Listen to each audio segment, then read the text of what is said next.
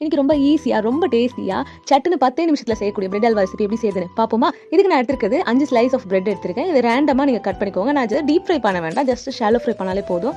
ஒரு 2 table spoon அளவு எண்ணெய் ஊற்றினா போதும். இப்போ இதில் கட் பண்ணி வச்சிருக்க பிரெட் துண்டுகளை சேர்த்துட்டு நல்லா ரோஸ்ட் பண்ணி எடுத்துக்கலாம். நல்லா ஃப்ரை பண்ணிடலாம். ஷாலோ ஃப்ரை பண்ணும்போதே உங்களுக்கு நல்லாவே ரோஸ்ட் ஆகிடும் சீக்கிரமாவே.